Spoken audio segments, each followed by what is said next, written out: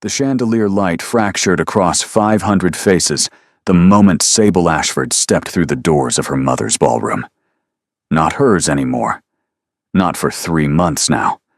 But the sharp scent of jasmine from the conservatory still knew her name, and the portraits lining the walls still watched her with familiar eyes. She had not been invited. The orchestra stumbled. Violins screeched into silence. Conversations collapsed like dominoes until the entire room held its breath. Sable kept walking. Her dress was 3 seasons old, mended twice at the hem, and she wore no jewels except her mother's wedding ring hidden beneath her glove. But she lifted her chin and moved through the crowd like she still owned every inch of this marble floor. Because once, she had. He stood at the far end of the ballroom, beneath the portrait of her grandfather. Corvin Marchand, Duke of Ashworth, the man who had purchased her family's shame for pennies on the pound, then stripped what remained through lawyers and ledgers and cold, calculated patience. He was younger than she expected, perhaps 30, with dark hair swept back from a face carved from winter itself. Sharp cheekbones, a jaw that could cut glass, and eyes the color of storm clouds gathering before violence. Those gray eyes found her across the ballroom, locked onto her with an intensity that made her stomach clench. He did not look surprised. He looked curious. "Miss Ashford?" His voice cut through the silence like a blade, deep, unhurried, carrying the absolute authority of a man who had never once been denied anything he wanted. "I don't recall your name on the guest list." "That would be difficult, Your Grace." Sable stopped 10 feet from him, close enough to see the slight narrowing of his eyes, far enough to maintain the pretense of propriety. "Since you've made it abundantly clear that Ashfords are no longer welcome in their own home." A murmur rippled through the crowd. Someone gasped. A woman in diamonds clutched her companion's arm as if Sable had drawn a weapon.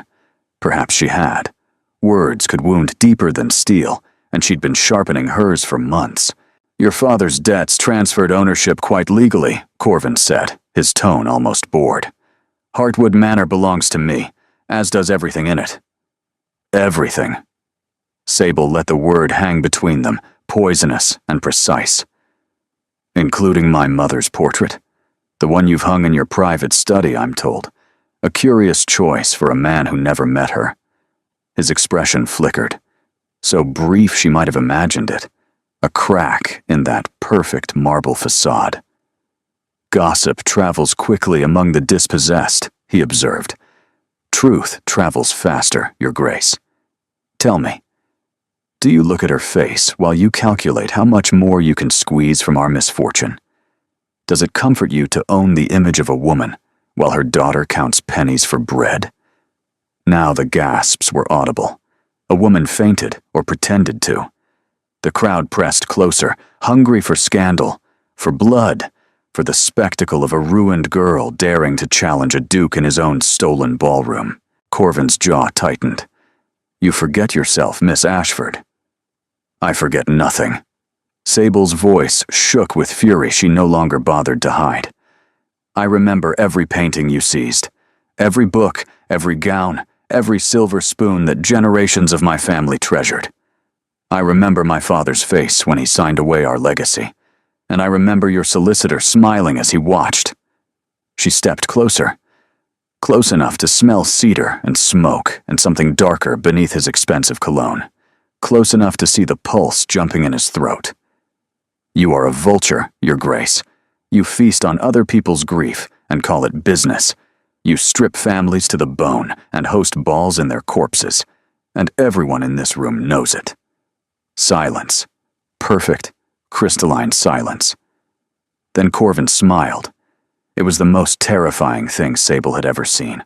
Not cruel exactly, but calculating, as if she'd just revealed something he'd been waiting to see.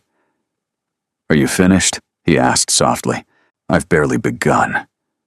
"Then perhaps we should continue this conversation somewhere more private, unless you'd prefer to air your grievances until dawn while my guests watch." He gestured lazily toward the crowd. "They do seem entertained." Sable's face burned. She hadn't planned past this moment, hadn't thought beyond the satisfaction of confronting him, of saying aloud what everyone whispered behind closed doors. Now she stood in a ballroom full of strangers, having just destroyed whatever remained of her reputation, with no clear path to victory or escape. Private conversations with unmarried women? A new voice cut through the tension, light and amused. How scandalous, brother. What would grandmother say? A young woman appeared at Corvin's side, dark hair like his, but with warmth in her brown eyes that he completely lacked. She wore pale lavender silk and a smile that seemed genuine despite the chaos surrounding them. Grandmother would say many things, Corvin replied flatly, none of them appropriate for polite company. Fortunately, polite company left approximately 30 seconds ago. The young woman extended her hand to Sable. I'm Imogen Marchand. You must be the Ashford girl. Father used to speak of your family quite fondly before everything happened. Sable stared at the offered hand, uncertain whether this was rescue or trap. Miss Ashford was just leaving, Corvin said. Miss Ashford was just being invited to stay. Imogen's smile sharpened. Unless you'd prefer she tell this story to every drawing room in London tomorrow? Because she will. And the version without your response will be considerably less flattering. The siblings stared at each other. Some silent battle waged between them. Then Corvin turned back to Sable, and something in his expression had shifted. Still cold, but beneath it, something that looked almost like respect. It seems you've been offered hospitality, Miss Ashford. His voice dropped low enough that only she could hear. I suggest you take it, because the alternative involves consequences you're not prepared to face. He walked away before she could respond, the crowd parting around him like water around stone. Sable stood frozen, her heart hammering against her ribs. What had she done? Imogen guided her through a side door before Sable could fully process what had happened. The corridor was quieter, lit by flickering candles. She'd played in this hallway as a child, hiding behind the curtains during her parents' parties. Now it felt like enemy territory. You're either very brave or very stupid, Imogen said conversationally. I haven't decided which. Neither have I. Imogen laughed, and the sound was so unexpected that Sable nearly stumbled. I like you already. Most people who challenge Corvin end up weeping or apologizing within minutes. You just called him a vulture in front of half the peerage. He is a vulture. Perhaps. Imogen's expression grew more serious. But he's also a duke with considerable influence, a vindictive streak when provoked, and solicitors who could bury your family under litigation for decades. Your father's debts were legal. Whatever you feel about how Corvin acquired them doesn't change the paperwork.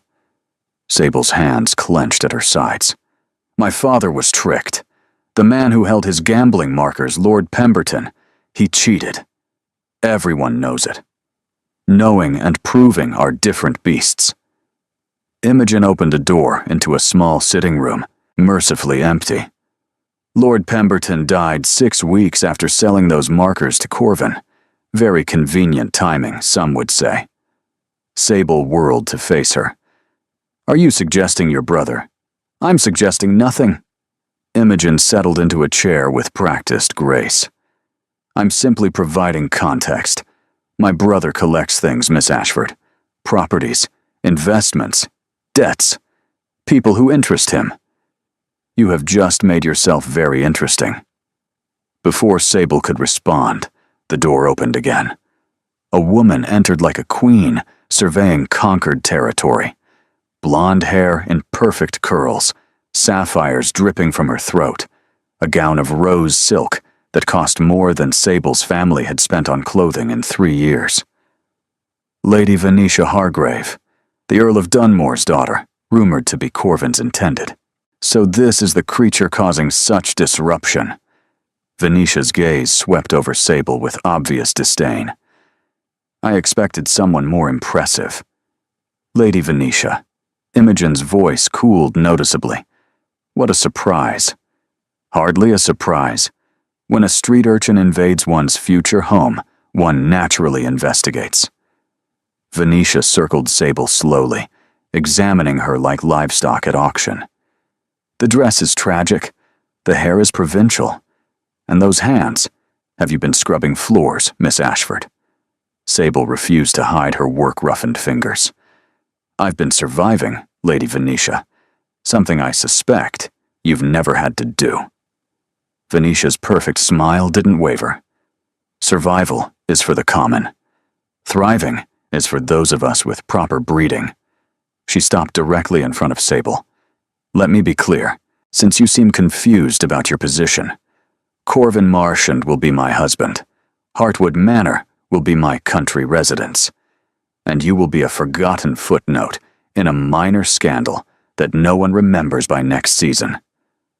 The Duke hasn't proposed to you yet, Imogen observed mildly. I keep waiting for the announcement, but somehow it never comes. Strange, isn't it? Fury flashed across Venetia's features. The Duke knows his duty. Our families have an understanding. Understandings can change. Not this one. Venetia turned back to Sable, her voice dropping to something poisonous and intimate. I don't know what you're hoping to accomplish here, little pauper. Perhaps you imagine some fairy tale where the Duke falls for your poverty-stricken charms. Let me disabuse you of that fantasy. Corvin Marchand doesn't fall. He calculates. He acquires. He uses people until they're no longer useful, then discards them without a backward glance. Then you should be very worried, Sable said quietly, because from where I'm standing, you seem like someone desperately trying to be useful enough to keep. The slap came fast and hard. Sable's head snapped to the side. Her cheek burned, but she didn't cry out, didn't stagger, didn't give Venetia the satisfaction of any visible reaction.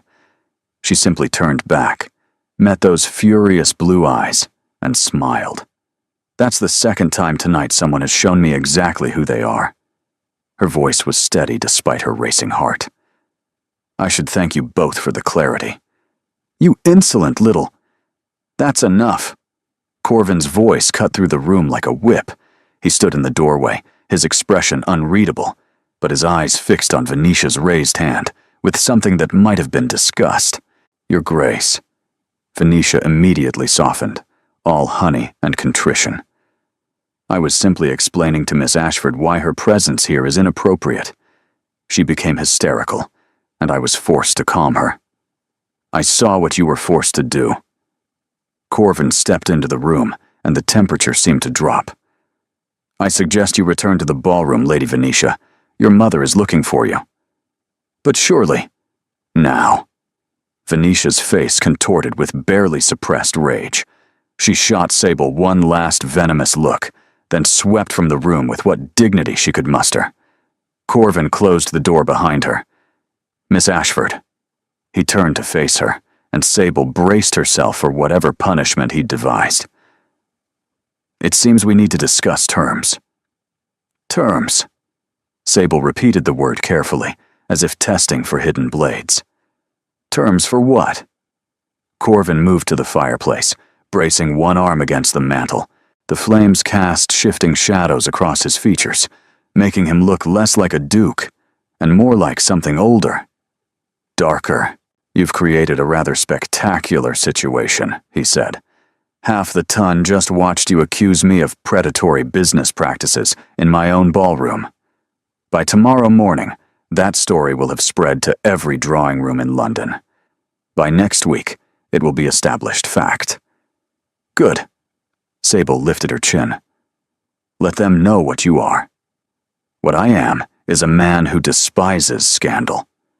His gray eyes fixed on her with uncomfortable intensity. What you've done is guarantee that my name will be linked with yours for the foreseeable future. Every time someone mentions the Duke of Ashworth, they'll also mention the Ashford girl who publicly defied him.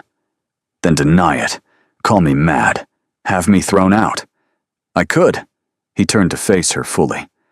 I could also pursue legal action for defamation. Your father's remaining assets are minimal, But they exist. A cottage in Devon, I believe. Some personal effects. Enough to make litigation worth my solicitor's time. Sable's blood ran cold. The cottage was all they had left. Her mother lived there now, tending a small garden, pretending they hadn't lost everything. You wouldn't. I would prefer not to. Corvin's tone remained maddeningly calm. Which brings us to terms. Imogen had been watching silently, but now she leaned forward. Corvin, whatever you're planning, is between Miss Ashford and myself. He didn't look at his sister. Though you're welcome to witness the negotiation. You seem to have appointed yourself her advocate. Someone needs to be. Imogen crossed her arms. You have that look, the one you get before you do something dramatic and ill-advised. I never do anything ill-advised. The faintest trace of dark humor touched his voice. I simply make decisions others fail to understand. Until later. He crossed to a writing desk, withdrew a folded document, and extended it toward Sable. What is this? She didn't take it. Your father's remaining debts. Not to me, but to various creditors circling your family since the collapse. Merchants, tailors, a persistent wine merchant threatening legal action. Corvin set the document on a small table. I acquired them this afternoon. All of them. Sable's stomach dropped. Why?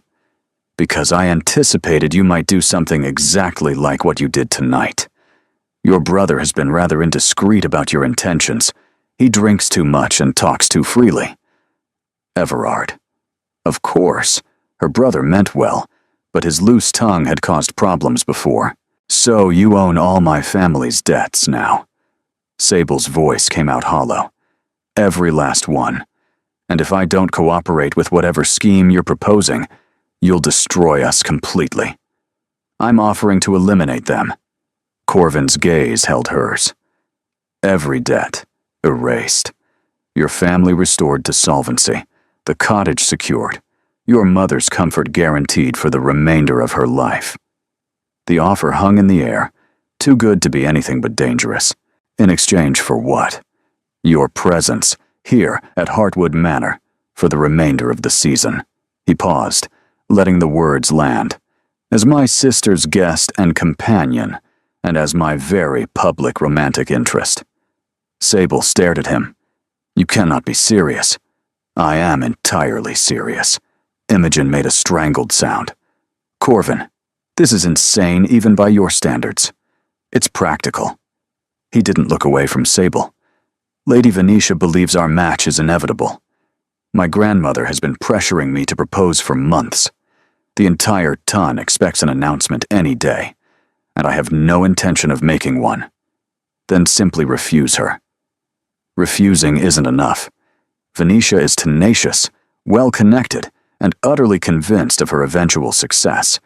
The only way to end her campaign is to present an alternative. Someone she can't dismiss as merely a passing distraction. And you think I'm that alternative? Sable laughed bitterly. A ruined merchant's daughter, with no fortune, no connections, and no reputation left after tonight. You're perfect precisely because of tonight. Something shifted in his expression.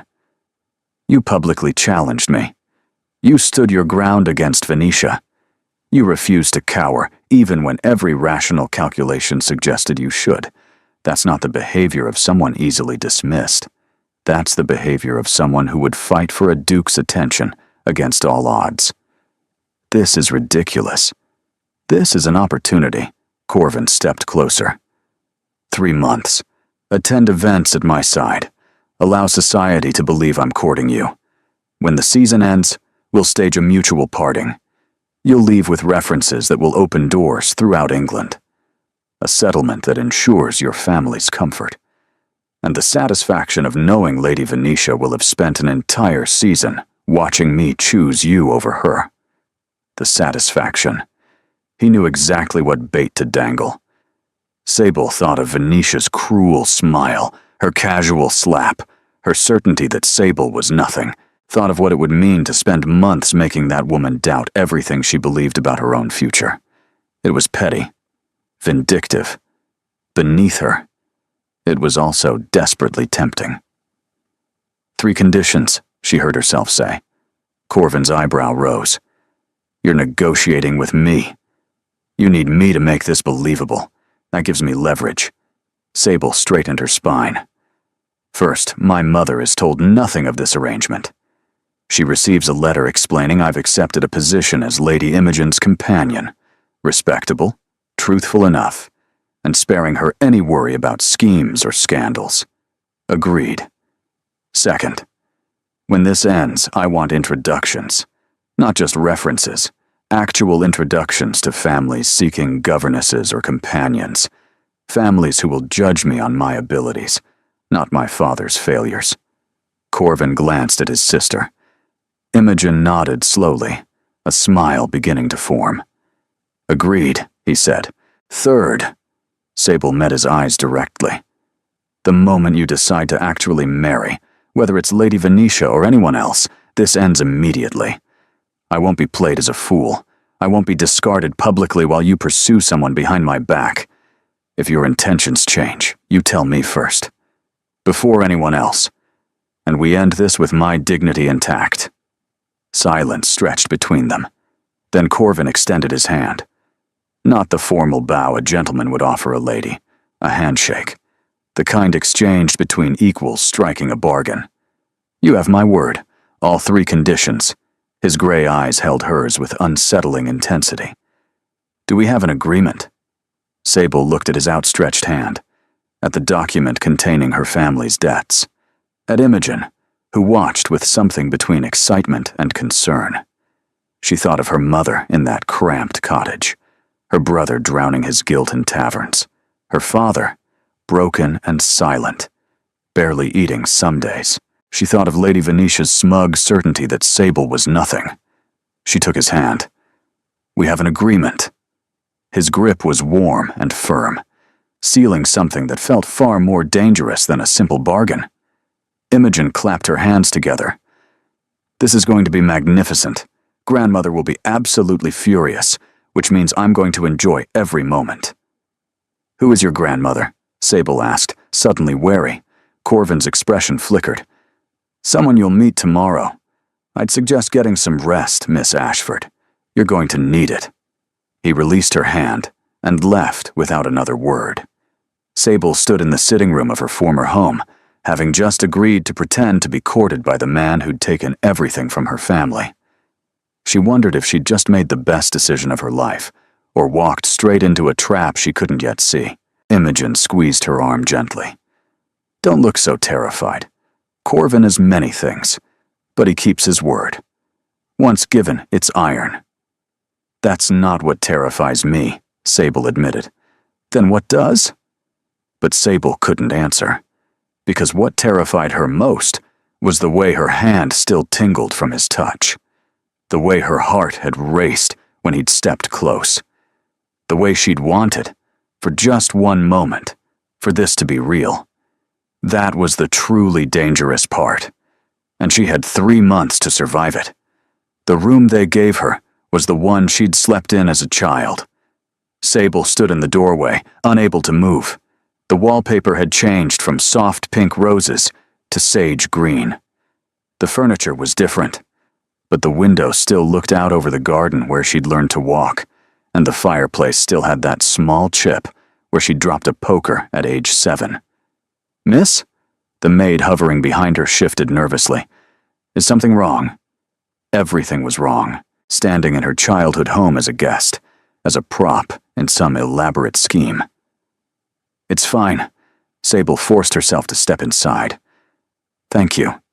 Thora, miss. The maid was young, perhaps 18, with copper hair pinned beneath a crisp white cap and freckles scattered across her nose. I've been assigned as your lady's maid for the duration of your stay. Lady Imogen's orders. Lady Imogen is very thoughtful. She is, miss. The whole household adores her. Thora moved to the wardrobe, opening it to reveal a row of dresses Sable didn't recognize. These arrived this afternoon. His Grace had them commissioned from a modiste in London. Said you'd need appropriate attire immediately. Sable stared at the gowns, silk and satin and fine muslin, in colors that would complement her dark hair and pale complexion. More dresses than she'd owned in the past 3 years combined. He'd anticipated this, anticipated her arrival, her agreement, her need. The realization made her skin prickle with unease. The blue would be lovely for tomorrow's breakfast, Thora continued, oblivious to Sable's discomfort. Though the ivory might be better if you're meeting the Dowager Duchess. She has opinions about first impressions. The Dowager Duchess? Thora's face paled slightly. His Grace's grandmother. She arrived this evening, miss. Unexpected, from what I hear. The household is in quite a state. Of course, the grandmother Corvin had mentioned, the one he'd warned her about with that cryptic suggestion to rest. What is she like? Sable asked carefully. Thora hesitated, clearly weighing loyalty against honesty. She's formidable, miss. Very traditional. Very particular about family honor and proper behavior. A pause. Very unhappy about Lady Venetia being dismissed from the ball this evening. Sable's stomach tightened. Lady Venetia is connected to the Dowager? They're quite close, miss. Lady Venetia has been the Dowager's choice for His Grace since before the old Duke died. Thora bit her lip. I probably shouldn't have said that. Please don't tell anyone. I won't. Sable managed a reassuring smile. Thank you for being honest with me. I suspect I'll need all the honesty I can get in the coming weeks. Thora relaxed slightly. You seem different from what I expected, miss. The way people talked about the Ashfords after... Well, she flushed. I shouldn't say more. After my father lost everything gambling. You can say it. I've heard worse. I just meant that you're kind, miss. Not everyone would thank a maid for gossip. Thora moved toward the door. I'll bring up some tea and something to eat. You must be exhausted. When she left, Sable sank onto the edge of the bed. The mattress was softer than anything she'd slept on in months. The sheets smelled of lavender, exactly as her mother used to insist upon. She pressed her hands to her face and tried to breathe. This was temporary. A performance. 3 months of playing a role, and then she'd leave with references and security and the satisfaction of having survived.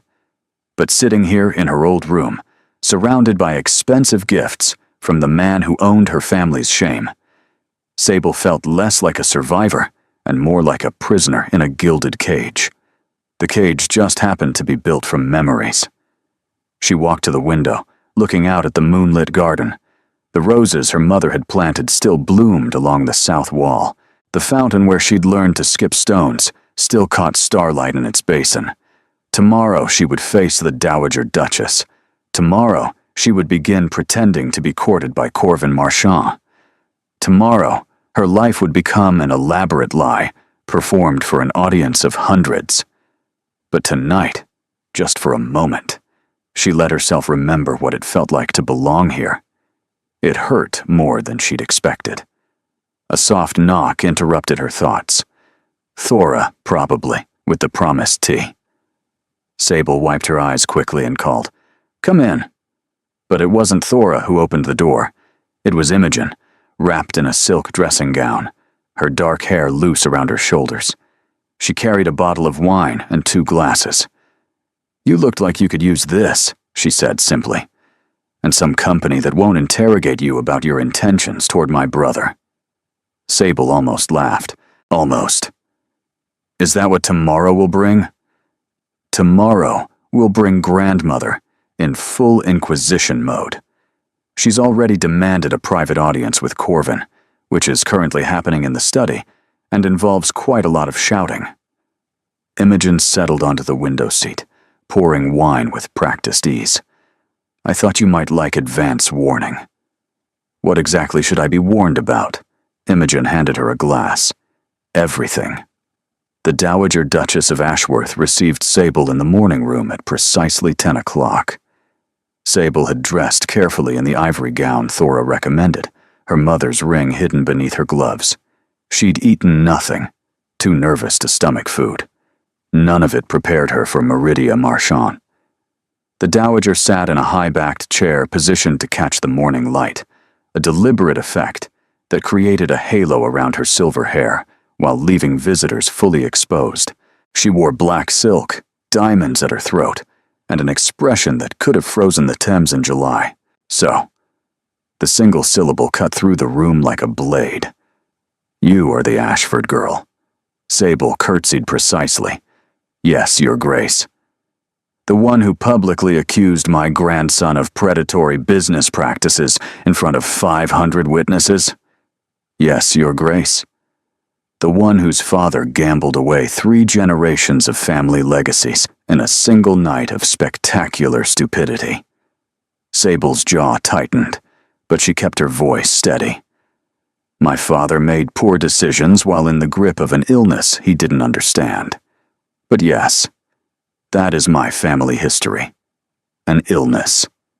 The dowager's lips curved in something that wasn't quite a smile. "Is that what we're calling it now? How convenient. How modern." "It's what I call it, Your Grace. Others may use harsher terms." "Others certainly do." The dowager gestured to a chair across from her. "Sit. You're making my neck ache looking up at you." Sable sat, keeping her spine straight, and her hands folded in her lap.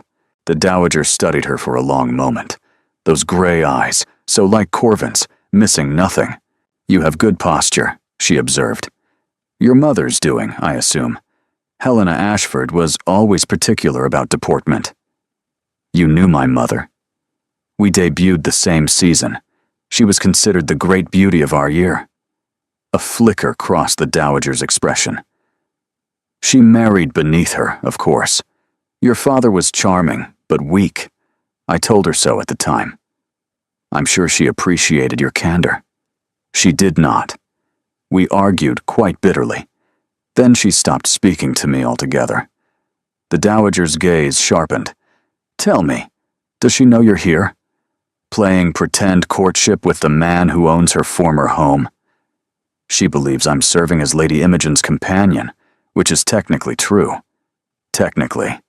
The word dripped with disdain. "And when this charade ends, when you've served your purpose and my grandson discards you, what will you tell her then? That I made choices to secure our family's future, that I did what was necessary." "Necessary." The dowager rose, moving to the window, with the careful grace of someone managing old injuries. "Do you know why Corvin acquired your father's debts, Miss Ashford? The real reason, not the convenient story about strategic investments." Sable's heart stuttered. "I assumed it was simply profitable. My grandson has more money than he could spend in 10 lifetimes. Profit is not his primary motivation." The dowager turned back, her expression unreadable. "He acquired those debts because of guilt." "Guilt?" "The man who cheated your father at cards, Lord Pemberton." The name fell like a stone into still water. He was Corvin's business partner. They were developing properties together throughout London. When Pemberton needed funds for a personal investment, Corvin suggested finding investors through unconventional channels. Sable felt the blood drain from her face. "You're saying the Duke was involved in what happened to my father?" "I'm saying Corvin introduced Pemberton to a gambling circle where wealthy, desperate men could be separated from their fortunes efficiently. He didn't know Pemberton would cheat. He didn't know your father would be targeted specifically. But when he discovered what had happened," the dowager's voice hardened. "Pemberton died 3 weeks later, hunting accident. Very convenient as these things go." The room seemed to tilt. Sable gripped the arms of her chair, trying to process what she was hearing. "Why are you telling me this?" "Because you need to understand what you've walked into." The dowager returned to her chair, settling with a rustle of silk. "My grandson is not a villain, Miss Ashford. He is not the monster you accused him of being in that ballroom. He is a man trying to atone for a mistake that destroyed innocent people, and he's been trying for 3 years without success." Atone by taking everything we had left? Atone by ensuring those assets went to someone who would care for them, by purchasing every debt before harsher creditors could, by maintaining this estate exactly as your family kept it, down to your mother's roses in the garden. The dowager's eyes held hers. He didn't have to do any of that. He chose to. Sable didn't know what to feel. The anger that had sustained her for months, now tangled with confusion, with something that might have been understanding. Why didn't he simply tell me? Apologize directly? Because apologizing would require admitting what he did. And admitting what he did would mean facing that he cannot fix it. The dowager shook her head slowly. My grandson is brilliant with numbers, with strategy, with the cold calculations of business. But emotions, vulnerability, he'd rather cut off his own hand than admit to either. That's not my problem to solve. No, but it might become your opportunity. The dowager leaned forward slightly. I came here intending to destroy you, Miss Ashford, to expose this scheme and have you removed from my grandson's life before you could cause further damage. What changed your mind? You did. Sitting there with your spine straight and your chin raised, listening to information that should have broken you without shedding a single tear. Something that might have been approval flickered in her eyes. Helena's daughter indeed. Sable didn't trust herself to speak. I won't oppose this arrangement, the dowager continued. Not because I approve. Lady Venetia remains far more suitable in every measurable way, but because Corvin needs disruption. He's been drowning in guilt and duty for 3 years, performing his role without actually living. Perhaps you'll force him to feel something genuine. Perhaps you'll fail spectacularly. Either way, it will be more interesting than watching him slowly calcify into his father's ghost. I'm not here to save your grandson, Your Grace. No, you're here to save yourself. That's precisely why you might succeed where others have failed. The dowager rose, signaling the interview's end. One warning, Miss Ashford. If you deliberately hurt him, if you exploit his guilt or manipulate his emotions for personal gain, I will ensure you never work as anything more than a scullery maid for the rest of your days. Do we understand each other? Sable stood, meeting the older woman's gaze directly. Perfectly, Your Grace. Good. The dowager moved toward the door, then paused. He keeps your mother's portrait in his study because he cannot bear to move it. Your mother still lives, I know. But the woman in that portrait, radiant, secure, mistress of this house, that woman was lost the night your father signed away everything. Corvin sees that loss every time he looks at her painted smile. You might consider what that means before you judge him too harshly. She left without waiting for a response. Sable stood alone in the morning room, surrounded by unfamiliar furniture in her familiar childhood home. Everything she thought she knew, crumbling into something far more complicated. Corvin Marchand wasn't just the man who'd taken her family's legacy. He was the man who blamed himself for destroying it. And she had 3 months to decide what to do with that knowledge. The next 5 days passed in a blur of fittings, lessons, and carefully orchestrated chaos. Madame Lisette, the modiste Corvin commissioned, descended on Heartwood Manor with an army of assistants. She circled Sable with pins in her mouth, declaring her figure acceptable and her coloring workable. The burgundy for the Thornwood Ball, Madame Lisette commanded. The deep green brings out her eyes. Save that for maximum impact. Maximum impact for what? Sable asked. For when Lady Venetia needs reminding that she's lost. Imogen appointed herself as Sable's guide to society's treacherous waters, providing endless instruction on who mattered and who merely thought they did. The Countess of Blackmere will test you with backhanded compliments, Imogen warned during one afternoon session. The trick is to accept them so graciously, she can't tell if you're oblivious or devastating. Lady Whitmore gossips to anyone who'll listen, so feed her only what you want, repeated. And whatever you do, don't mention Lord Ashby's second wife. There was an incident with a fountain and a small dog. No one speaks of it. How do you keep all of this straight? Practice, terror, and an excellent memory for grudges. Imogen grinned. You'll be fine. You have something most society ladies lack entirely. Poverty and desperation? Backbone. It's shockingly rare. Through it all, Corvin remained a distant presence. He appeared at meals, exchanged brief pleasantries, and retreated to his study with the single-minded focus of a man avoiding something uncomfortable. Sable told herself this was preferable, professional. Exactly what their arrangement required. It didn't explain why she noticed the shadows under his eyes, or the way he sometimes paused in doorways, watching her when he thought she wasn't looking. On the 6th day, she found herself unable to sleep. Memories kept surfacing unbidden. Her father teaching her to play chess in the library, her mother arranging flowers in the conservatory, birthday parties in the garden with cakes shaped like swans. This house held her entire childhood, and walking its halls felt like being haunted by her own past. At midnight, she gave up on rest and went searching for something to read. The library doors were open, warm light spilling into the corridor. Sable hesitated, suddenly aware of her dressing gown and unbound hair. But curiosity won over propriety, and she stepped inside. Corvin sat in a leather chair by the dying fire, a glass of whiskey forgotten beside him, papers scattered across his lap. He'd removed his jacket and cravat, his shirt open at the collar, in a way that made him seem almost human, almost approachable. He looked up when she entered, and something flickered across his features. Surprise, perhaps, or the strange discomfort of being caught without armor. Miss Ashford. His voice was rougher than usual. It's late. I couldn't sleep. She should leave, should apologize for the intrusion and retreat to her room like a proper lady.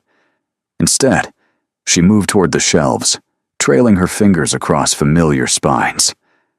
This collection hasn't changed much. It was already exceptional. I saw no reason to alter it. My father spent 30 years building it. He used to say books were the only reliable companions. They never disappointed you unless you disappointed yourself by not finishing them. A wise observation. He was wise about many things, just not the things that mattered most. Sable pulled out a volume at random. Poetry, her mother's favorite. Your grandmother told me why you really acquired our debts. The silence that followed was absolute.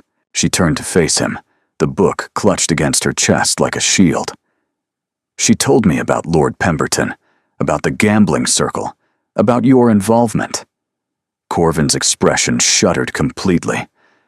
My grandmother speaks too freely.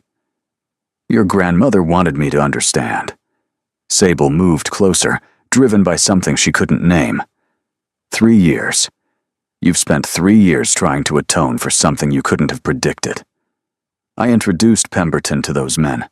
I gave him the connections he needed to destroy your family. The fact that I didn't anticipate his methods doesn't absolve me of responsibility for the outcome. His voice was flat, reciting facts. Your father lost everything because I was careless about whom I trusted. My father lost everything because he couldn't walk away from a card table. Sable sat in the chair across from him. Propriety be damned. You didn't force him to play. You didn't force him to keep betting after he'd already lost more than he could afford. Pemberton cheated, yes, but my father chose to be there. Chose to risk what he couldn't lose. You're defending him? I'm assigning blame accurately. She met his eyes, those gray depths that had seemed so cold when she first confronted him. They didn't seem cold now. They seemed exhausted. What Pemberton did was criminal. What you did was careless. What my father did was foolish. None of those are the same thing. It doesn't change the outcome. No. But it changes how I see you. She looked down at the book in her hands, her mother's favorite poems, probably untouched since they'd lost the house. I came here hating you. I wanted you to be a villain because it was easier than accepting that my father destroyed himself, that we let him. Sable. He said her name for the first time, not Miss Ashford. Sable. It sounded different in his voice, softer. I'm not saying I forgive you. I'm not sure forgiveness is mine to give. She looked up again. But I understand now, and I think maybe that's enough to start with. The fire crackled between them, shadows dancing across his features. For a long moment, neither spoke. Then Corvin reached for something on the side table and extended it toward her, a small leather journal, worn at the edges. This was with your father's personal effects. The solicitors thought it was worthless. I kept it because... He stopped, seeming uncertain for the first time since she'd met him. It seemed like something someone should have. Sable took the journal with trembling hands. She recognized it immediately. Her father's personal diary, the one he'd written in every night before bed. She'd assumed it was lost with everything else. You kept this for 3 years? I kept everything I thought might matter to someone someday. His voice was quiet. The portrait of your mother. Your childhood books. A box of letters your parents exchanged during their courtship. They're stored in the attic. I didn't know what else to do with them. Tears pricked at her eyes. She blinked them back fiercely. Why didn't you return them? Pride. Cowardice. The certainty that your family would rather burn everything than accept anything from me. He almost smiled. I wasn't wrong, apparently. You did break into my ball to call me a vulture. A laugh escaped her, surprising them both. I stand by that assessment. Fair enough. His smile was genuine now, small but real. I've been called worse. By whom? My grandmother, mostly. She has a remarkable vocabulary when provoked.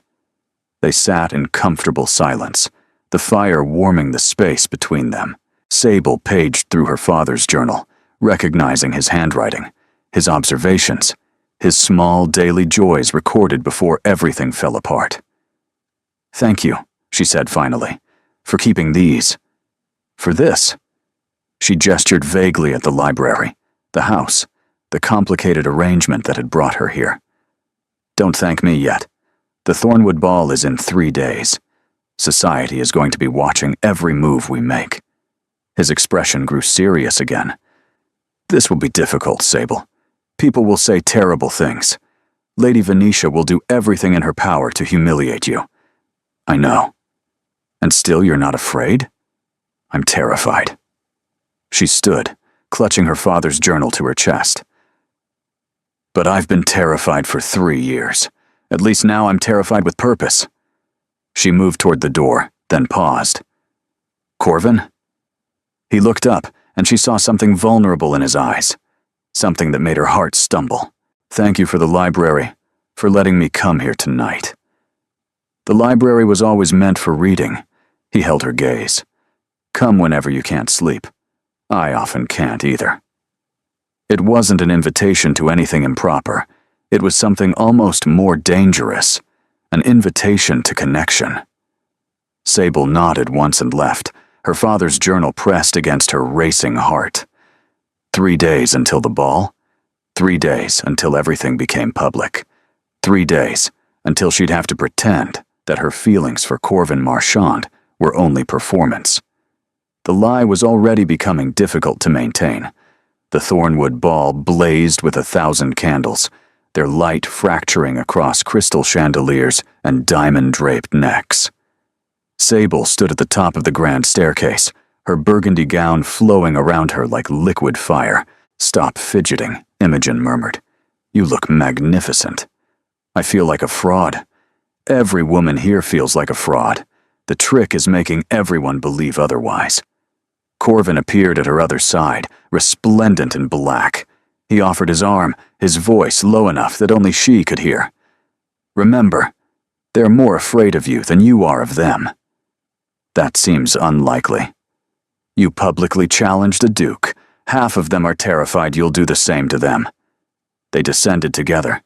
and Sable felt the weight of 500 gazes pressing against her skin. Whispers erupted in their wake, a tide of speculation and scandal that followed them across the ballroom floor. The Ashford girl, can you believe? Publicly accused him. And now she's on his arm. The Marchioness of Thornwood, their hostess, greeted them with barely concealed fascination. Your Grace, and Miss Ashford, what an unexpected pleasure. Lady Thornwood, Sable curtsied precisely, years of her mother's training guiding her movements. Thank you for including me this evening. Your home is extraordinary. How kind. The Marchioness's eyes flicked between her and Corvin, calculating. I must say, you've created quite the stir. Everyone is dying to know the true story behind your reconciliation. There's no story, Corvin said smoothly. Miss Ashford and I discovered we had more in common than either expected. Passion can take many forms, Lady Thornwood. Sometimes it begins as conflict. The Marchioness's eyebrows rose. Several nearby guests leaned closer, hungry for scandal. Sable's face warmed, but she kept her composure. His Grace exaggerates. We simply found mutual ground after an admittedly dramatic introduction. Mutual ground, the Marchioness smiled knowingly. How delightful. I do hope you'll save me a dance later, Miss Ashford. I'd love to hear more about this mutual ground. They escaped into the crowd, Imogen covering a laugh behind her fan. Passion can take many forms, Sable hissed at Corvin. Are you trying to start rumors? I'm trying to make this believable. A duke doesn't court a woman who publicly humiliated him unless the attraction is powerful enough to overcome pride. His hand covered hers where it rested on his arm. Society loves a dramatic romance. Give them one. The orchestra began a waltz. Corvin turned to her, extending his hand. Miss Ashford, would you honor me with this dance? Every eye in the room watched as she placed her hand in his. They moved to the center of the floor, and for a moment, everything else faded. The whispers, the watching crowds, the calculated performance. It was just his hand at her waist, her palm pressed to his, and the music sweeping them into motion. You dance well, Corvin observed. My mother insisted on lessons even when we couldn't afford them. She said a lady's accomplishments were her armor. Your mother was wise. She was practical. Sable followed his lead, surprised by how naturally they moved together. She knew I'd need skills that didn't depend on fortune or family name. And now here you are, dancing with a duke. Something shifted in his expression. Do you ever wonder what she'd think of this arrangement? She'd think I was being reckless, possibly foolish. Sable met his eyes. She'd also understand why I said yes. Because of the debts? Because sometimes survival requires risks that look like madness from the outside. She paused, weighing her next words. She took a risk on my father. Everyone told her he wasn't suitable, that his charm masked weakness. She married him anyway because she believed people could become more than their circumstances suggested. Did she regret it? Never. Not even at the end, when we'd lost everything. Sable's voice softened. She said love wasn't about what you gained or lost. It was about choosing someone and refusing to unchoose them, no matter what. The waltz ended. They stood frozen for a moment, closer than propriety allowed, something unspoken humming between them. Then Lady Venetia appeared. Your Grace. Her voice dripped with honey and venom. What a touching display. Though I do wonder if Miss Ashford knows the waltz is traditionally danced, with slightly more distance between partners. Lady Venetia, Corvin's tone cooled noticeably. I wasn't aware you were attending this evening. The Marchioness is a dear friend. She couldn't possibly exclude me. Venetia's gaze swept over Sable with deliberate contempt. That gown is quite bold. Burgundy can be so unforgiving on certain complexions. I appreciate your concern for my complexion, Lady Venetia, though I suspect you have larger concerns occupying your thoughts. Venetia's smile sharpened. Indeed I do. I'm concerned about the integrity of this season's social calendar. It seems anyone can purchase entry to the best events these days. She lowered her voice conspiratorially. Tell me, Miss Ashford, how does it feel to wear dresses bought with your own family's shame? Does the silk feel different when you know it came from a duke's guilty conscience? The words landed like a slap. Sable felt the blood drain from her face. That's enough, Corvin said, his voice dangerous. Is it? Because I've heard the most fascinating rumors about why you're really keeping her around. Venetia's eyes glittered. Something about atonement for past mistakes? A pet project to assuage your guilt over what happened to her father? Sable's heart stopped. I wonder, Venetia continued, does Miss Ashford know she's nothing more than an act of penance? A living monument to your guilt? How romantic. You know nothing about this situation, Corvin said tightly. I know you've never looked at me the way you look at her, and it's nauseating to watch. All pretense of civility dropped from Venetia's face. Your grandmother chose me for you. Your family expects this match. And yet here you are, parading around with the daughter of a ruined gambler, pretending it means something. It does mean something. What? What could a penniless nobody possibly mean to a man like you? The question hung in the air. Sable realized the entire ballroom had gone quiet, everyone straining to hear the Duke's response. Corvin turned to face Venetia fully, his expression carved from ice. She means that for the first time in 3 years, I feel like something other than a title walking through empty rooms.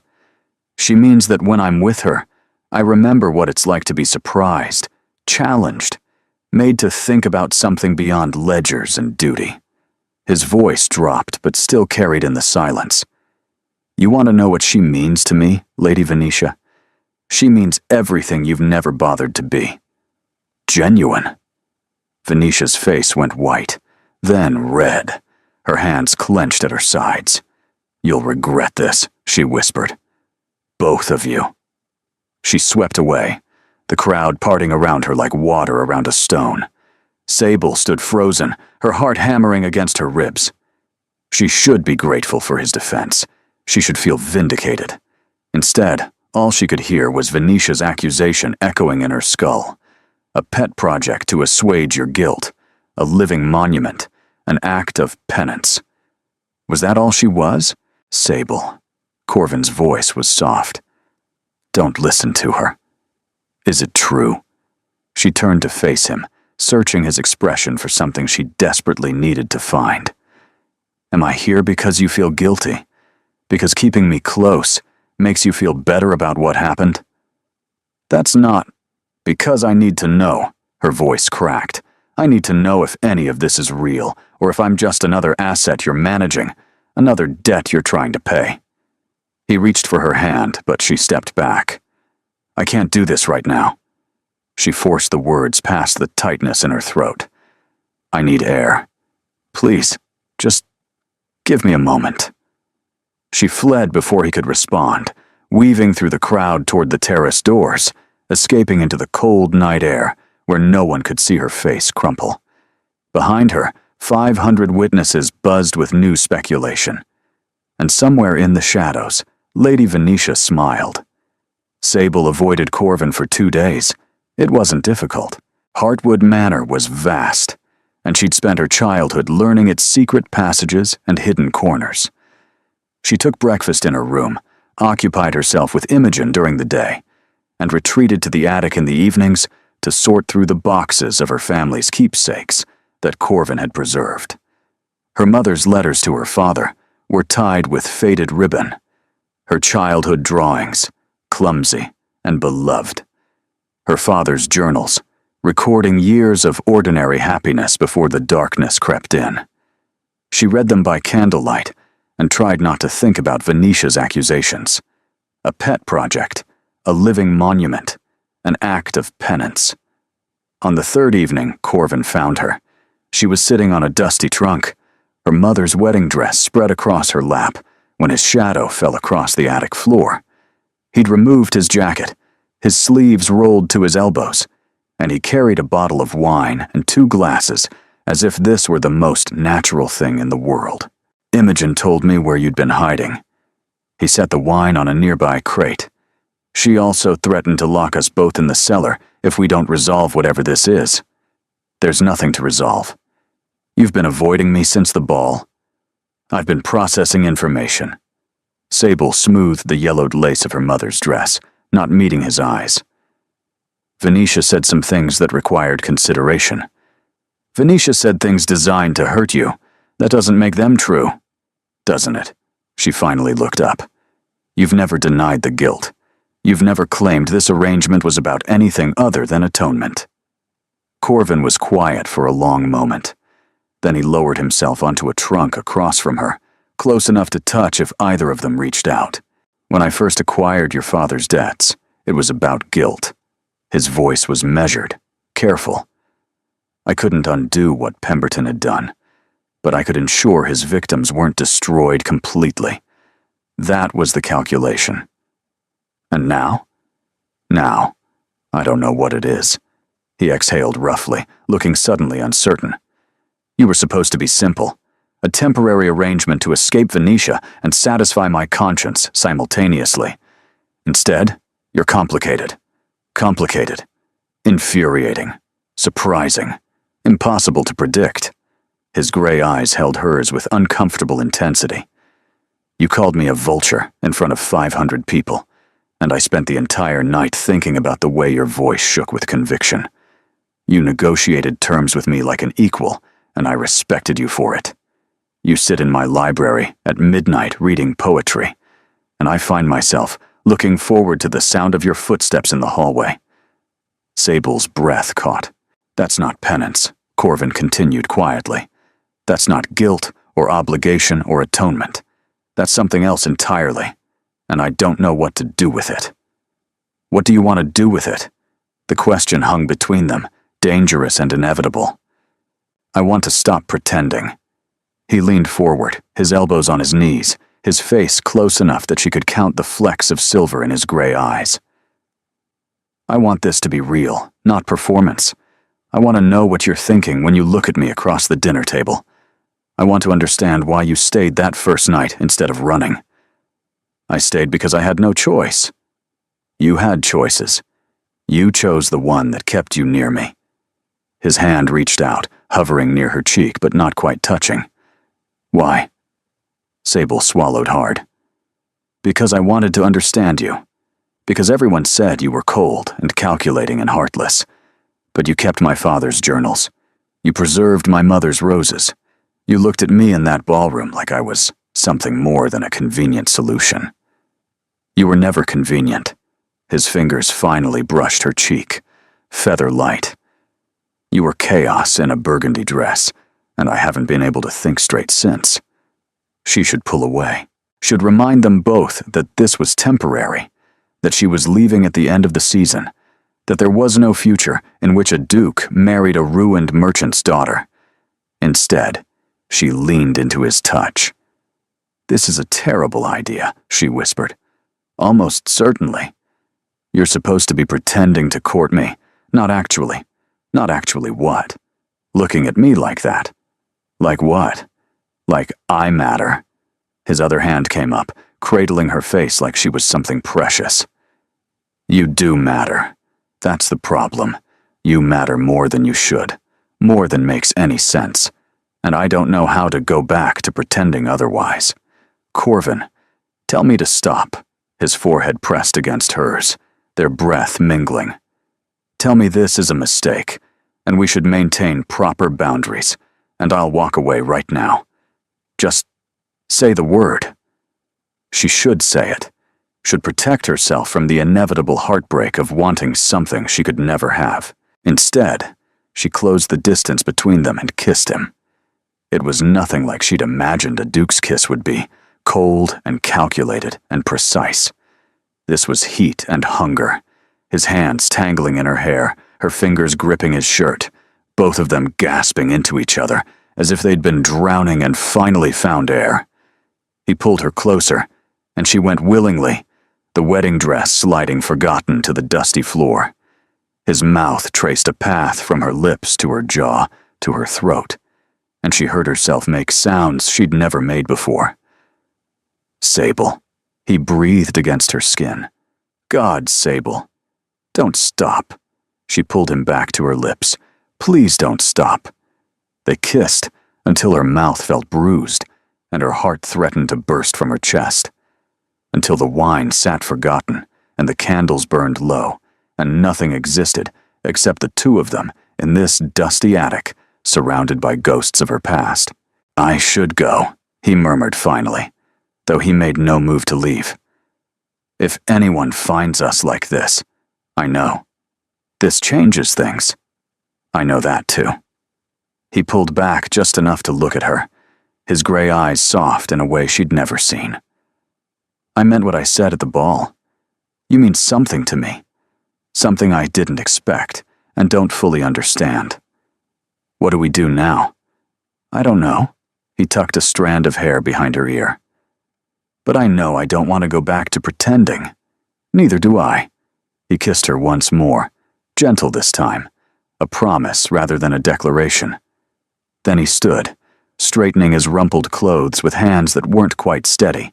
Tomorrow, he said. We'll figure this out tomorrow. The Harrington Music Hall is in 3 days. We should discuss how to proceed. As genuine instead of performance? As whatever you'll allow us to be. He left, and Sable sat alone in the attic, her mother's wedding dress pooled at her feet, her lips still burning from his kisses. She picked up the dress carefully, smoothing the aged lace, and wondered what her mother would think of her now. Falling for the man who owned her family's shame, hoping for something that logic said was impossible. Love wasn't about what you gained or lost, her mother had said. It was about choosing someone and refusing to unchoose them. Had she chosen Corvin? Had she ever really had a choice? The questions followed her to bed, tangling in her dreams until she couldn't tell what was fear and what was hope. She woke to Thora's pale face and trembling hands. Miss, you need to come downstairs immediately. The maid's voice shook. There's been something happened. Lady Venetia arrived an hour ago with her father. And the Dowager. Miss, I'm so sorry. Sorry for what? Thora, what's happened? They're saying things. Terrible things about your family, about your father. Thora's eyes filled with tears. They've brought documents. Proof. They're calling it. That your father didn't just lose to Lord Pemberton. That he was cheating too. That the Ashfords were criminals as well as fools. The blood drained from Sable's face. That's not possible. My father never. They're demanding his grace end the arrangement immediately. They're saying he's been deceived, that you knew all along and were using him to cover up your family's crimes. The floor seemed to shift beneath her feet. 3 days. She'd had 3 days of hope, of possibility, of something that felt terrifyingly like love. And now it was all crashing down.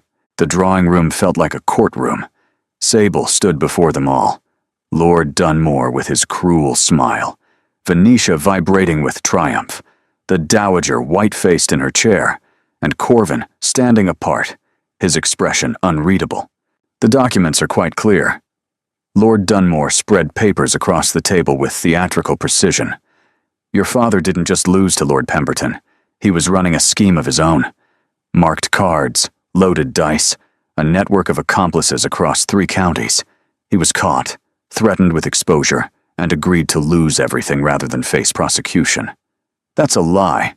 Sable's voice shook despite her efforts to control it. My father was many things, but he wasn't a criminal. The signatures are his. I've had them verified by 3 separate experts. Dunmore's eyes glittered with satisfaction. He signed confessions, Miss Ashford. Detailed confessions about exactly how his scheme operated. Confessions obtained under duress, under threat. Confessions nonetheless.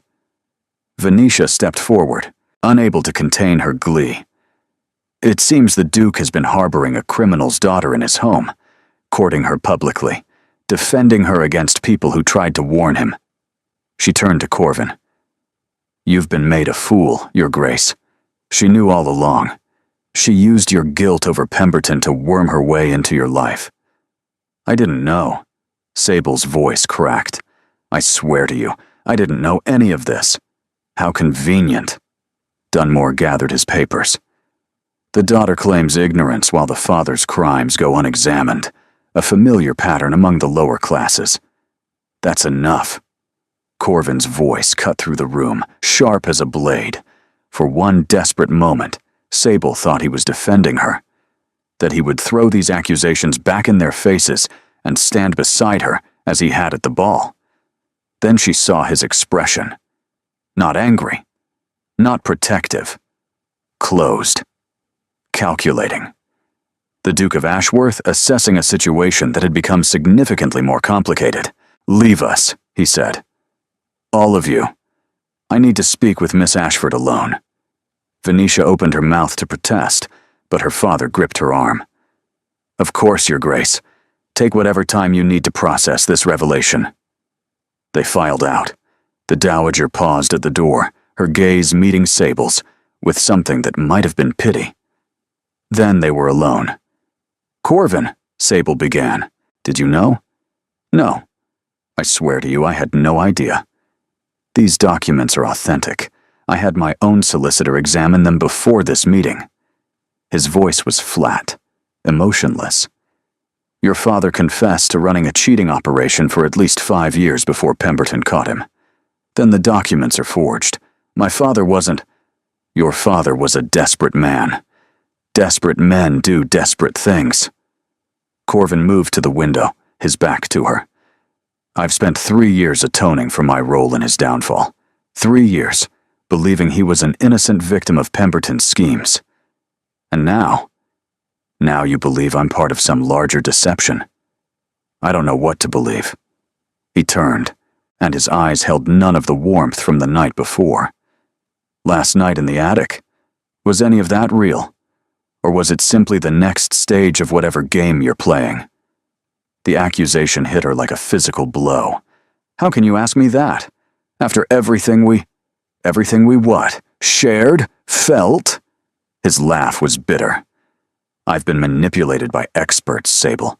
By Pemberton. By business partners. By society matrons seeking my title. Forgive me if I'm cautious about accepting another tale of innocent attraction. This isn't a tale. This isn't a scheme."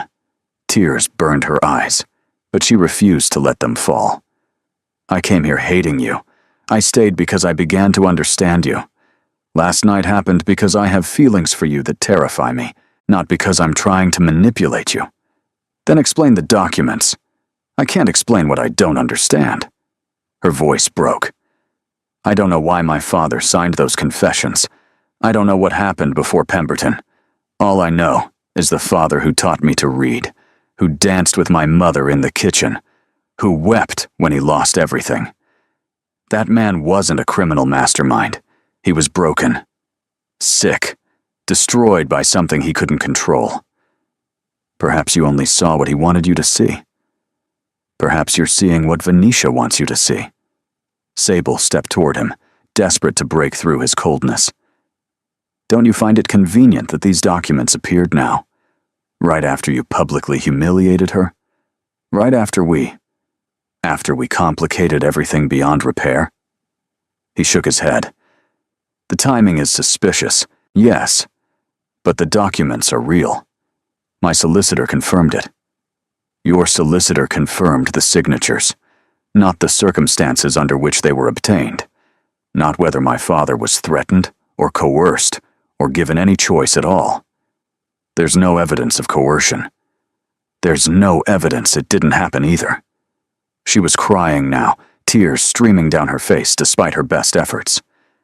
"You told me you spent 3 years trying to atone, that you kept everything my family owned because you felt responsible. Was that guilt, or was it something more? What do you mean?" "I mean, maybe you kept those things because some part of you knew this story was more complicated than it appeared. Maybe you preserved my mother's letters and my father's journals because you suspected there were answers buried in them. She wiped her eyes fiercely. If you're the man I've come to know, you don't make decisions based on surface evidence. You dig deeper. You look for the truth beneath the truth. He was silent for a long moment. Outside, a clock struck noon. I need time, he said finally, to investigate, to think. And while you think? While you investigate? What happens to me? He didn't answer. Sable felt something shatter inside her. The hope she'd been nurturing, the impossible belief that this could somehow work. It crumbled into dust. I see. She squared her shoulders, calling on every lesson her mother had ever taught her about dignity. I'll be gone within the hour. Sable, don't. She held up a hand. Don't pretend you want me to stay. Don't pretend last night mattered if you can doubt me this easily. I'm not doubting you. I'm being cautious. You're being a coward. The word hung between them, sharp as broken glass. Your grandmother told me you'd rather cut off your own hand than admit to vulnerability. I thought she was exaggerating. But here you are, faced with something real and frightening, and you're retreating into calculation. That's not fair. No, it isn't. She moved toward the door. None of this has been fair. Not what happened to my family, not what happened to yours, not whatever this was between us. But I thought you were different. I thought you understood what it meant to choose something, even when it didn't make logical sense. Sable, please. Goodbye. Corvin. She left without looking back. Thora helped her pack in silence, asking no questions, offering no comfort. Within an hour, Sable was in a hired carriage, watching Heartwood Manor disappear through rain-streaked windows. She'd arrived hating him. She was leaving with a broken heart, and the terrible knowledge that she'd let herself love someone who couldn't trust her when it mattered most. The cottage in Devon was 3 days' travel. 3 days to rebuild the walls around her heart. 3 days to become someone who'd never been foolish enough to believe in fairy tales. She pressed her forehead against the cold glass and let herself weep. The cottage was smaller than she remembered. Sable had been home for 5 days when her mother found her in the garden, staring at nothing. Helena Ashford was thinner than she'd been a year ago, gray threading through her dark hair, but her eyes were as sharp as ever. You haven't told me what happened, Helena said, settling onto the bench beside her daughter. But I've heard things. Letters from London. Gossip from the village. What kind of gossip? That the Duke of Ashworth has gone quite mad. That he's broken with Lady Venetia publicly and spectacularly. That he's been investigating something that has Lord Dunmore very nervous. Helena studied her daughter's face. That he's been asking about you. Sable's heart stuttered, but she kept her expression neutral. It doesn't matter. Doesn't it? He thought I was part of a scheme. He looked at me like I was just another problem to solve. And that hurt you. I was foolish. I let myself believe something impossible. Helena was quiet for a moment. Then she reached into her apron pocket and withdrew a letter. This arrived this morning, from Heartwood Manor. Sable took the letter with trembling hands. The seal was Corvin's, pressed in deep blue wax. Read it, Helena said gently. Whatever it says, you need to know. She broke the seal. Sable, I was wrong. Not cautious, not careful, not prudent. Wrong. I looked at those documents and chose to believe the worst interpretation, because believing the worst was safer than trusting what I felt. Your father's confessions were coerced. Pemberton threatened to destroy your mother's reputation, to claim she'd been his mistress, to ruin your brother's chances at any respectable future. Your father signed because he was trying to protect his family, not because he was guilty of anything except loving you all too much. I found the real evidence in his journals, the ones I kept because some part of me knew this story wasn't finished. He wrote everything down, every threat, every manipulation, every desperate choice. Pemberton was the criminal. Your father was his victim twice over. I've presented this evidence to the magistrate. I wagered my standing before the House of Lords to expose Dunmore. I staked my family's name against his in a public hearing that could have destroyed everything my ancestors built.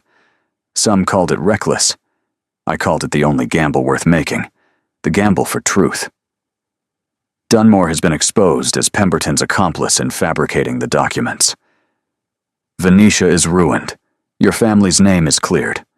None of that matters as much as this. I'm sorry. I'm sorry I doubted you. I'm sorry I retreated into calculation when you needed me to be brave. I'm sorry I let fear override everything I felt that night in the attic. You called me a coward, and you were right. I've been a coward since my father died, hiding behind duty and logic because feeling things meant I could be hurt. You broke through every wall I'd built, and instead of being grateful, I punished you for it. I don't expect forgiveness. I don't expect you to return. But I need you to know that what happened between us was real. The most real thing I've felt in years. I'm coming to Devon, not to demand anything, not to negotiate terms, but to tell you this in person. You deserve that much. You deserve more than letters and apologies and the cowardice of distance. If you don't want to see me, tell the driver to turn back. I'll understand. But if there's any chance, any possibility that you might let me try to earn back your trust, I'll spend the rest of my life trying. Yours. In every way that matters. Corvin Sable looked up from the letter, her vision blurred with tears. He's coming here. He arrived an hour ago. Helena smiled softly. He's been pacing in the road, trying to work up the courage to knock on the door. I thought I'd give you time to read that first. You knew. He sent a letter ahead, asked my permission to speak with you.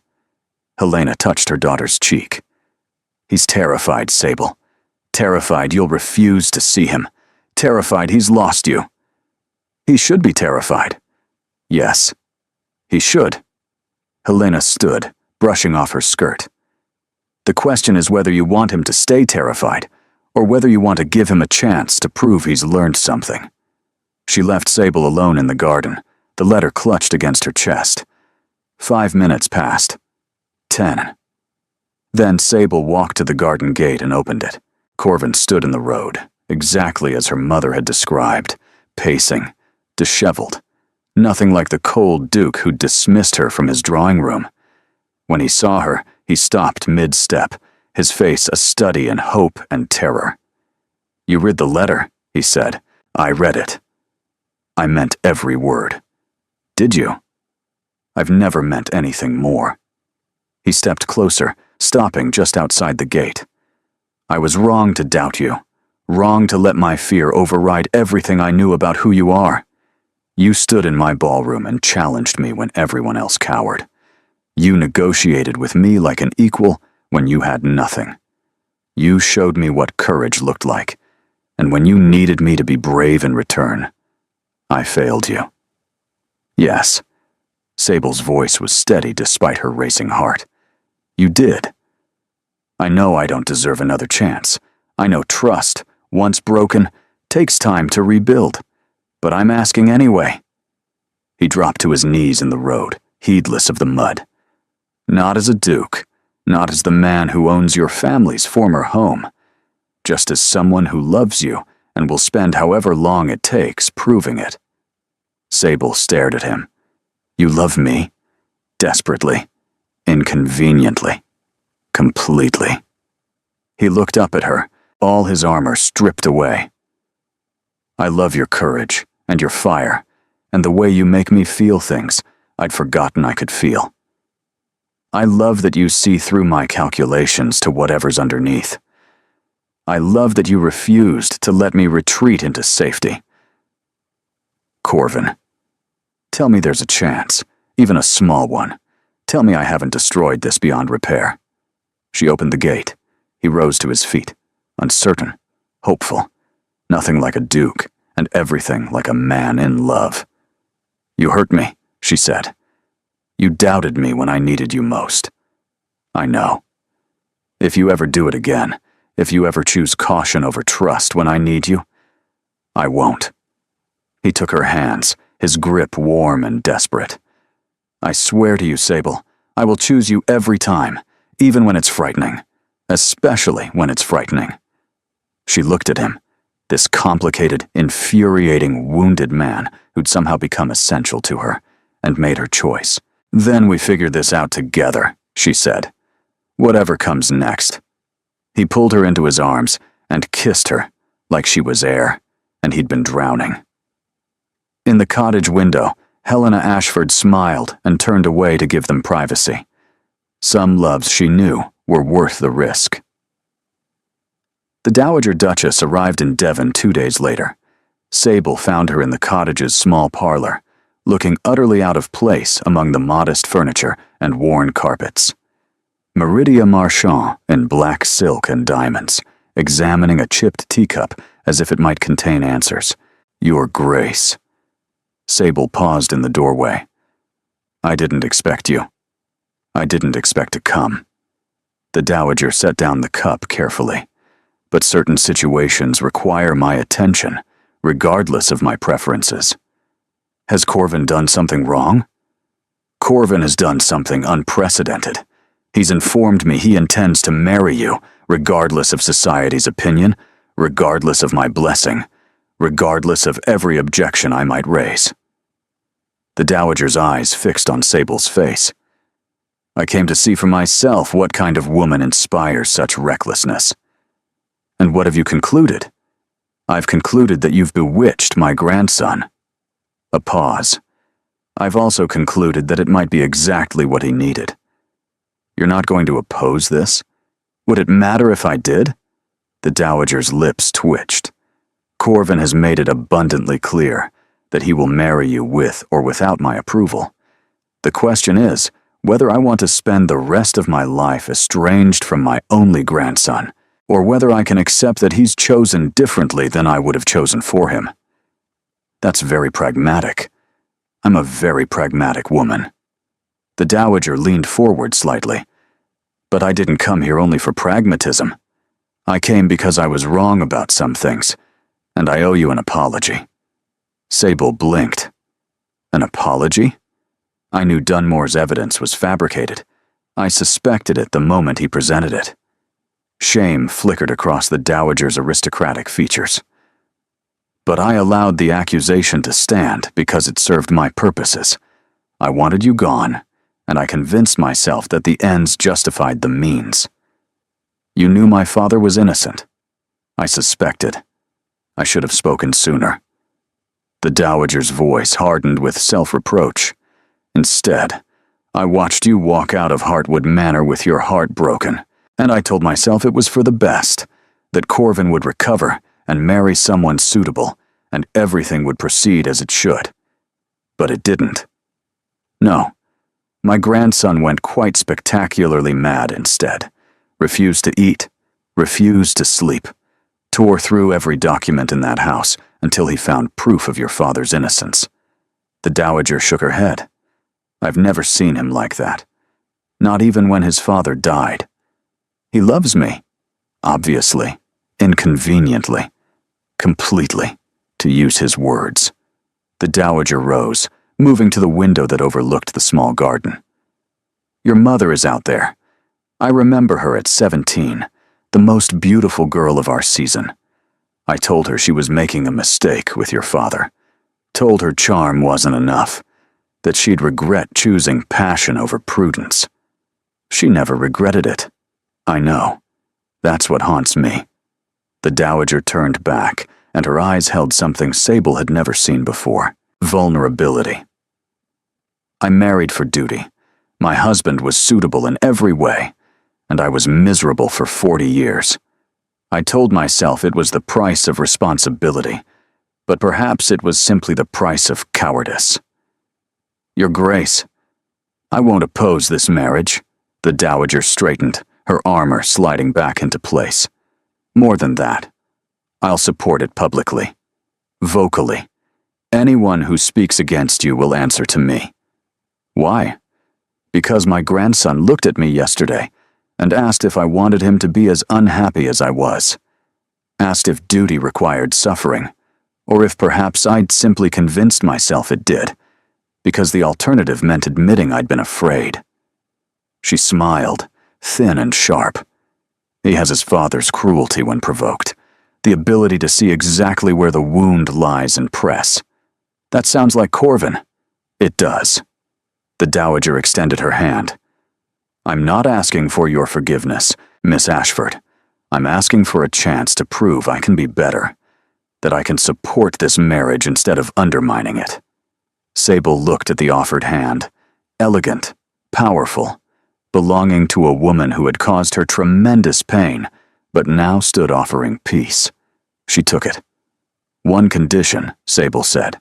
Another negotiation? You truly are his match. Call me Sable. If we're going to be family, I'd rather we start on honest terms. The Dowager's smile softened. Very well. Sable.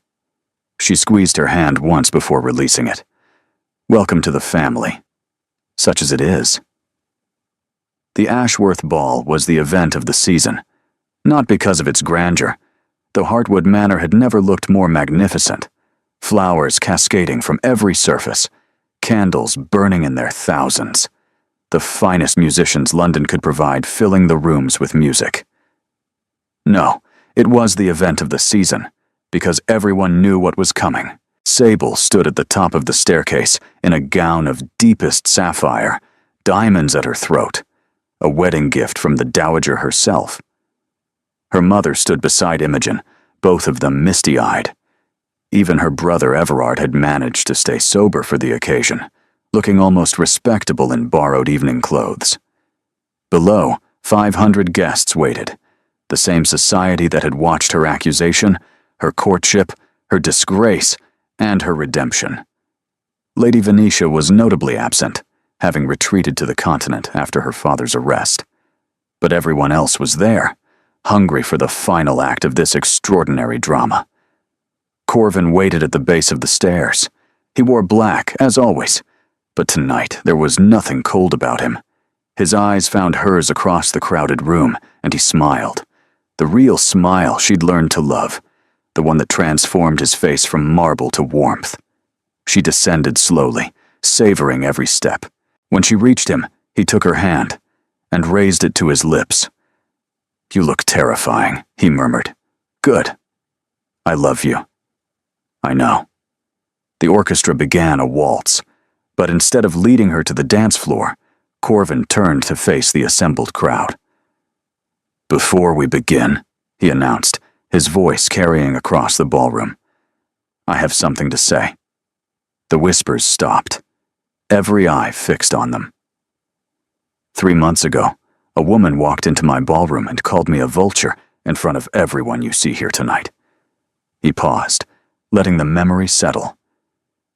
She accused me of predatory practices, of feeding on her family's misfortune, of being everything contemptible about men with power and no conscience. Nervous laughter rippled through the crowd. She was partially right. Corvin's expression grew serious. I had acquired her family's debts for reasons that were not entirely noble. I had convinced myself that efficiency justified ruthlessness, that business was separate from morality, that feeling things was weakness. He turned to Sable, taking both her hands. This woman taught me otherwise. She showed me that courage isn't the absence of fear. It's choosing to act despite it. She showed me that trust, once earned, is worth more than any fortune. She showed me that a life without love isn't duty, it's just emptiness. His voice dropped, but still carried in the perfect silence. So tonight, in front of everyone who watched us clash and court and nearly destroy each other, I'm making a different kind of gamble. Not with cards or property or business deals. He released her hands and reached into his jacket, withdrawing a document heavy with seals. This is the deed to Heartwood Manor. As of this moment, it belongs to Sable Ashford, soon to be Sable Marchant. Not as a gift or a condition or a debt, but as recognition that this was always her home, and I was merely keeping it safe until she returned. Gasps erupted through the ballroom. Sable stared at him. Corvin, You can't. I can. I have. He pressed the deed into her hands. Whether you marry me tomorrow or change your mind entirely, this house is yours. Free and clear. No conditions. That's not a gamble. That's madness. Perhaps, he smiled. But I told you once that passion takes many forms. Sometimes it begins as conflict. Sometimes it ends as trust. He dropped to one knee, right there in front of everyone.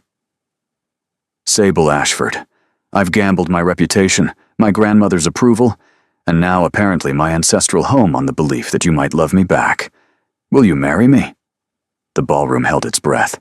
Sable looked at the deed in her hands, at the man kneeling before her, at the crowd waiting for her answer. She thought of her mother's words about choosing someone and refusing to unchoose them. She thought of all the walls she'd built and all the ways he'd broken through them. Yes, she said. 1,000 times, yes.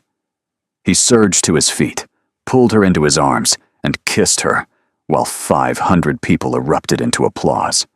When they finally parted, breathless and laughing, Imogen was crying openly, and the dowager was nodding with something that looked remarkably like satisfaction. You realize, Sable whispered, that you've just given me legal ownership of your home. Our home, Corvin grinned. And yes, that was the point. What if I'd said no? Then at least you'd have your family's legacy back. His expression softened. Some things matter more than property, Sable. You taught me that. They danced the first waltz as an engaged couple, spinning through the crowd in the house that had seen her childhood, her loss, and now her triumph. And when the music ended, when the guests had been thanked and the candles burned low, they stood together on the terrace where she'd first fled from Lady Venetia's cruelty. Happy? Corvin asked. Terrified. She leaned into him. But the good kind. There's a good kind. The kind that means something worth protecting. She looked up at him. I never thought I'd say this to the man who bought my family's shame, but thank you. For not giving up. For choosing to be brave when it mattered. Thank you for making me want to be. 6 months later, the library at Heartwood Manor was warmer than it had ever been. Not from the fire, though that crackled cheerfully in the hearth. Warmer because it was full now. Sable reading in her favorite chair, Corvin pretending to work on estate business while actually watching her, Imogen sprawled on the carpet playing with the puppy she'd insisted they needed, and Helena visiting for the week, mending quietly by the window as she'd always done. I found something today, Corvin said, setting aside his papers. In your father's journals, another entry I'd missed. He handed her a page, carefully preserved, in her father's familiar handwriting. Whatever happens tomorrow, I want my children to know this. Love is not weakness. Love is the only strength that matters. I made choices out of fear, and I paid for them. But loving Helena, loving Sable, loving Everard, those were never mistakes. Those were the only things I ever did right. Sable's eyes filled with tears. He knew, she whispered softly. He knew what he was doing was for us.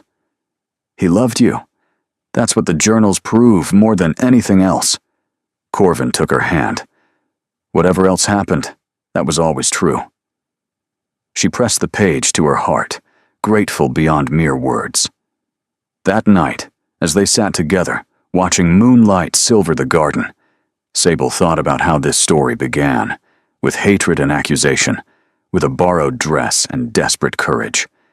It had become something else entirely, something worth protecting, something worth the risk, something that felt remarkably, undeniably, completely like home. Thank you so much for being here.